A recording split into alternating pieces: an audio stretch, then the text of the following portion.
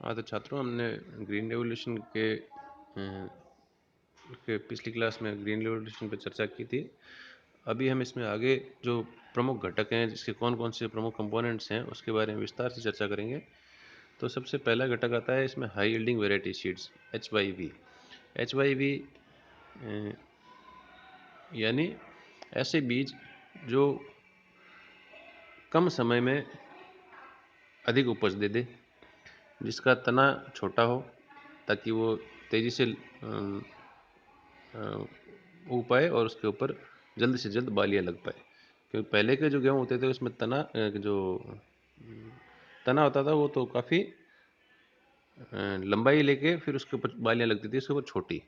Green revolution के बाद में जो बीज उत्पन्न हुआ गेहूँ का, उसमें तना तो हुआ छोटा और बालियाँ उसके ऊपर बड़ी बड़ी लगती है। तो ये ड्वार्फ वैरायटी के, बोने वैरायटी के जो बीज उत्पन्न हुए, उसको हम हाई यील्डिंग वैरायटी सीड्स कहते हैं। ये बीज जो हैं गेहूं के अब आज की डेट में खूब तरीके से मिलते हैं। जो शुरू में तो जो गेहूं के बीज हुआ करते थे वो एक ही वैरायटी, दो या दो तीन वैरायटी, लेकिन वो हाई यील्डिंग वैरायटी नहीं होते थे। लेकिन अब जो है इसमें कई तरीके की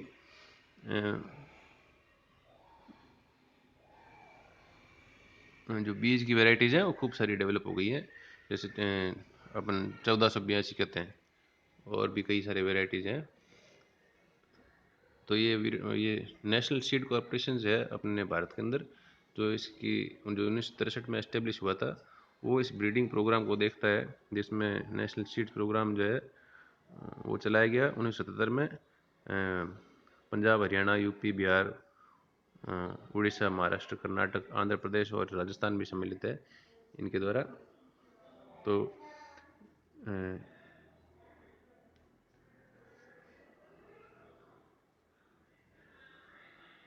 तो इसके बाद से जो 1977 के बाद में जो है सतत विकास होता है बीजों का, और अलग अलग वैरायटीज़ के बीज आते रहे हैं।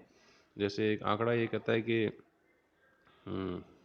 सर्टिफाइड क्वालिटी के बीज जो हैं 1992-93 में 60 लाख क्विंटल थे। अब जो 1997-98 में बढ़ के ये 75 लाख क्विंटल हो गए। तो ये सर्टिफाइड बीजों का, सर्टिफाइड यानी ये निश्चित रूप से ये वही बीज है जिसको जिसको हमने बाज़ार से ख़रीदा है, और ये हाई यील्डिंग वैरायटी सीड है। ये सर्टिफाइड बीज नेशनल सीड प्रोग्राम्स के अंतर्गत हमें मिलता है। तो ये सबसे पहला जो कंपोनेंट है वो है high yielding variety seed.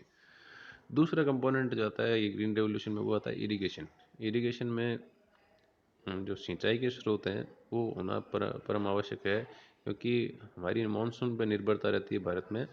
Monsoon जो है कभी इसकी सर्टेनिटी नहीं होती, इसमें मानक विचलन बहुत अधिक होता है कि कभी अच्छी बरसात हो गई और किसी साल अकाल पड़ गया, और समय पर नहीं हुआ।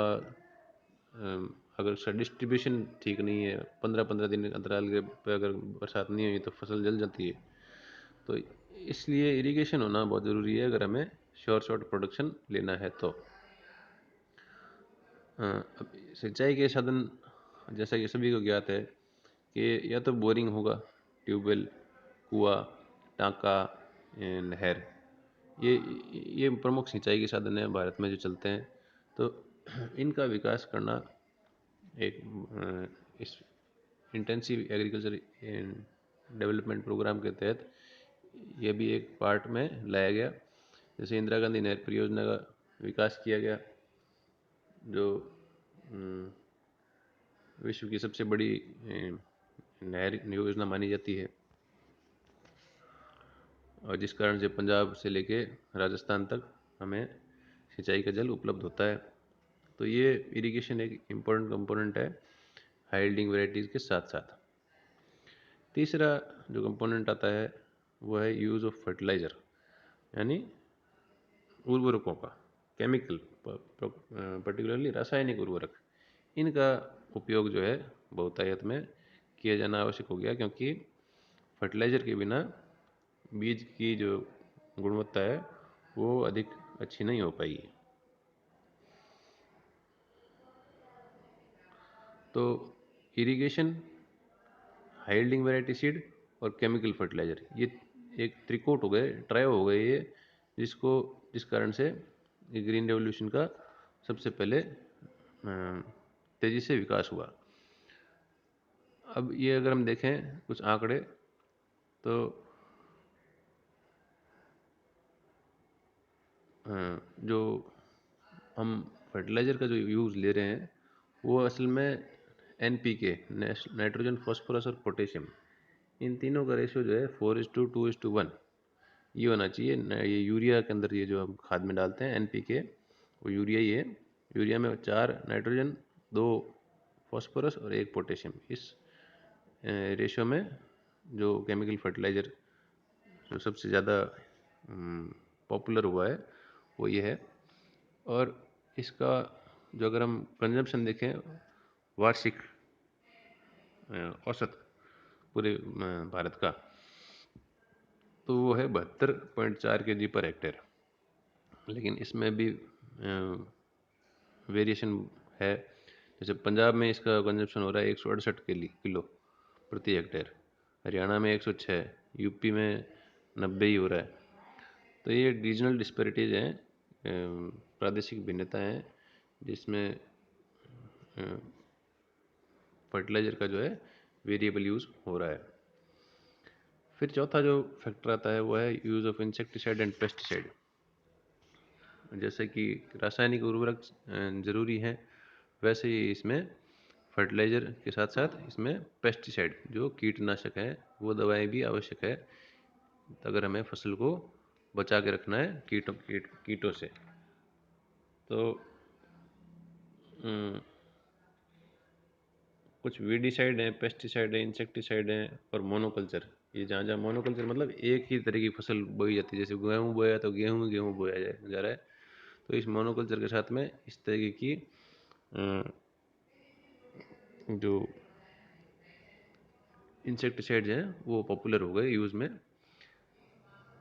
अगला फैक्टर है कमांड एरिया डेवलपमेंट प्रोग्राम। मतलब जहाँ अगर हमें कृषि का विस्तार करना है, हमें अधिक से अधिक एरिया कल्टीवेशन के अंतर्गत लाना है, तो हमें सरकार कुछ ऐसे प्रोग्राम्स भी जो है हमें डेवलप करने पड़ेंगे जिसमें हम कॉलोनाइजेशन कर पाएँ।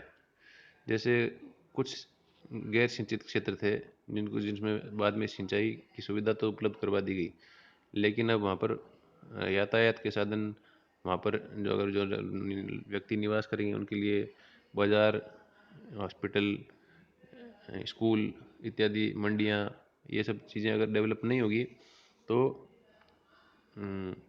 खाली सिंचाई का साधन उपलब्ध कराने से हम जो उद्देश्य है हमारा वो पूर्ण नहीं हो पाएगा। तो इसलिए कमांड एरिया डेवलपमेंट प्रोग्राम चलाया गया, जिसमें ऑन फार्म डेवलपमेंट वर्क्स जो हैं वो कराए गए, जैसे सॉइल सर्वे किया गया, तारबंदी करवाई गई, लोगों को बसने के लिए प्रेरित किया गया, ग्राउंड वाटर की सप्लीमेंट का एक रूप में वहाँ खोजा गया वो यहाँ पानी है नहीं है, मेंटेनेंस ड्रेनेज का सिस्टम का, अगर मान लो खाले वगैरह हैं तो उसका मैनेजमेंट करना। तो ये सब चीज़ें इस कमांड एरिया डेवलपमेंट प्रोग्राम के तहत आई, जिसमें एक क्षेत्र का विकास करना है अगर हमें वहाँ पे कृषि का विकास करना है तो। फिर है एक लैंड होल्डिंग जो बढ़ाई गई, कंसोलिडेशन किया गया, मतलब जो विखंडित थे उनको हमने कंसोलिडेशन करने के लिए, लेकिन ये अधिक सक्सेसफुल नहीं हुआ, इसे हम पहले ही इस बारे में चर्चा कर चुके हैं। फिर है लैंड रिफॉर्म्स, कुछ कानून लाए गए कि ज़मींदारी सिस्टम, रैयतवारी सिस्टम, महोतवाड़ी सिस्टम, ये कुछ सिस्टम थे जो पहले कृषक को जो है उसका मालिकाना हक नहीं होता था, मालिक तो कोई और होता था, वो सिर्फ वहाँ पर टिलर की तरह काम करता था कि उसको लैंड जो है उसको उस पर काम करना है, वो लेबरर के रूप में काम करता था उस पर। तो ये सारे सिस्टम हटाए गए और ज़मीनें जो है लोगों को बांटी गई। तो ये कुछ इम्पोर्टेंट स्टेप्स थी जिसके द्वारा ग्रीन रेवोल्यूशन में को बढ़ने में इसने सहायक भी किया। तो supply of agricultural credit, rural electrification, rural roads, farm mechanisation, agricultural universities, ये कुछ और फैक्टर्स हैं। जैसे एग्रीकल्चरल क्रेडिट मतलब बैंकों के द्वारा लोन, जब फसल उगाई जाती है तो उसमें लोन दिया जाए, गाँव में बिजली पहुंचाई जाए, वहाँ तक रोड और मार्केटिंग डेवलप की जाए। ये सब कमांड एरिया डेवलपमेंट प्रोग्राम के तहत भी आता है और अलग से भी हम इसका अध्ययन कर रहे हैं। तो फार्म मैकेनाइजेशन, जिसमें ट्रैक्टर की सुविधा है, ये सब थ्रेशर, ये सब चीज़ें खेतों तक उपलब्ध, मतलब सामान्य कृषक को उपलब्ध हो सके, इसके लिए उसके पूंजी का जो है आयोजन करना इत्यादि। तो ये कुछ फैक्टर्स जिस जो थे हमने इस पर चर्चा की। अगले क्लास में हम इस पे जो ग्रीन रेवोल्यूशन है वो हमें फ़ायदेमंद तो रहा, लेकिन उसमें उसका किस तरीके से फ़ायदेमंद रहा और क्या उसके कुछ नेगेटिव्स भी हैं, वो हम अगली क्लास में देखेंगे। धन्यवाद।